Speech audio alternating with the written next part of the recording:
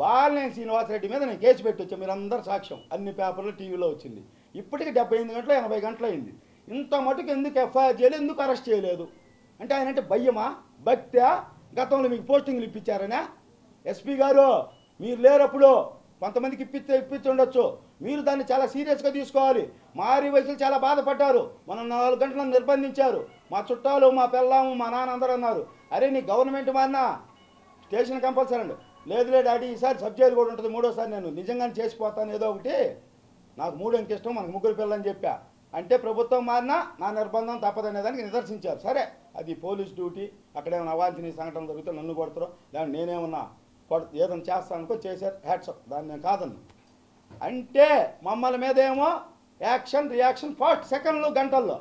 ఏమయ్యా బాలినేని శ్రీనివాసరెడ్డి ఒంగోలుకు డానా లేకుంటే పోలీసు భాష దేనికయ్యా అతను ఓడిపోయి పారిపోయినోడిని ఎందుకు తేలేరు? మాకు రఘురామన్ తెచ్చిన లాక్కొని రాలేరా అంటే జగన్ చెప్తే చేస్తారు.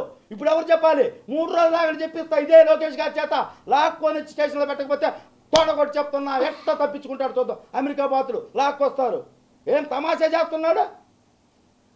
ఎంత దారుణం జరుగుతుంది? అరెస్ట్ చేయరా?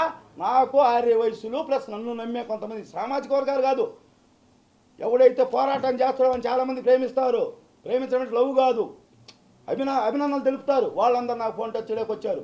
అన్నా మన 60 వయసుని భయంకరమైన పదం వాడితే నువ్వెందుకు గమ్మకున్నావు, దీక్ష చేయకుండా అన్నారు. అయ్యా ఇక్కడ చేస్తే తీసుకొని లోపలేస్తారా, మళ్ళీ ఈసారి బెయిల్ ఇస్తారో లేదు, మళ్ళీ సబ్ జైలుకు పోవాలి.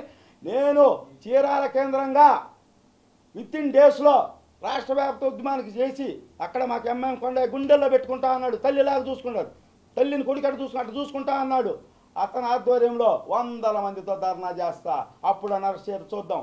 అది మిస్ అయితే గుంటూరు, తిరుపతి, విజయవాడ 13 జిల్లాల్లో ధర్నాలు చేపిస్తా. తర్వాత చాలా దారుణంగా ఉంటుంది. లోకేష్ గారిని కలిసిన తర్వాత చాలా దారుణాలు జరుగుతాయి, అది వేరే విషయం. ఈలోపు ఎందుకు అరెస్ట్ చేయరు డిమాండ్ చేస్తున్నా.